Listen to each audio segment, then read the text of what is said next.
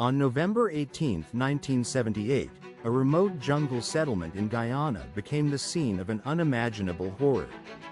Over 900 Americans, men, women, and children, died together, drinking cyanide-laced punch at the command of their charismatic leader, Jim Jones.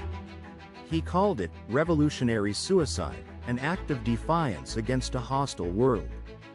Yet, the shocking truth was that the United States government had received grave warnings about Jones and his People's Temple for years.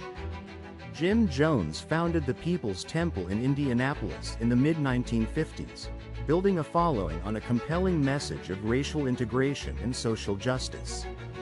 He promised a utopian society, a haven for the disenfranchised and the desperate. As the decade turned, Jones relocated his operations to California, establishing a powerful presence in cities like San Francisco and Los Angeles. The temple's influence grew exponentially, attracting thousands of members and wielding considerable political power in California. But as Jones's control tightened, reports of abuse and manipulation began to surface from former members. To escape mounting scrutiny, Jones orchestrated a mass exodus to the South American nation of Guyana, establishing a secluded commune he called Jonestown in 1977. Growing concerns from relatives in the United States prompted California Congressman Leo Ryan to launch an investigation.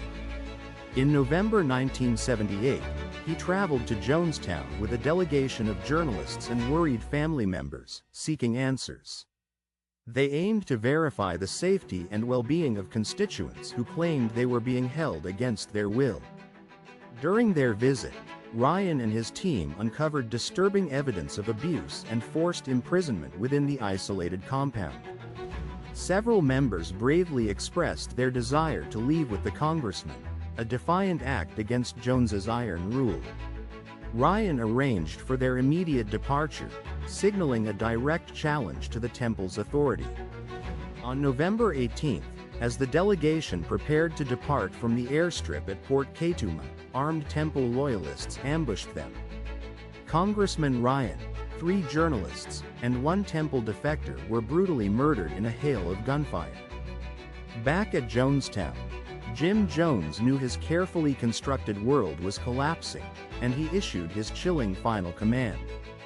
Among the most haunting pieces of evidence is the infamous death tape, a 45-minute audio recording of Jones's final impassioned plea to his followers. On it, his voice, distorted yet chillingly clear, manipulates and coerces them into what he termed a revolutionary suicide.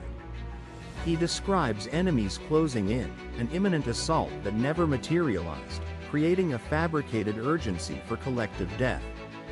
What many overlook is the extent to which U.S. authorities had received detailed warnings for years prior to the massacre. Former members and concerned relatives repeatedly contacted the State Department and other agencies, describing escalating abuse and threats of mass suicide. These urgent pleas, tragically, were largely dismissed or mishandled until it was far too late. The Jonestown Massacre redefined the world's understanding of cults and charismatic leadership, becoming a stark warning against unchecked power. It forced a painful reckoning for American society, questioning how such a tragedy could unfold with so many clear red flags. The event left an indelible mark on the collective consciousness, a grim testament to vulnerability and manipulation. Decades later, the questions still echo. How could so many willingly surrender their lives? What fragile hope or desperate fear bound them so completely to one man? The jungle eventually reclaimed the settlement, but the chilling reverberations of Jonestown persist, reminding us of the dark corners of human belief and the terrifying cost of absolute devotion.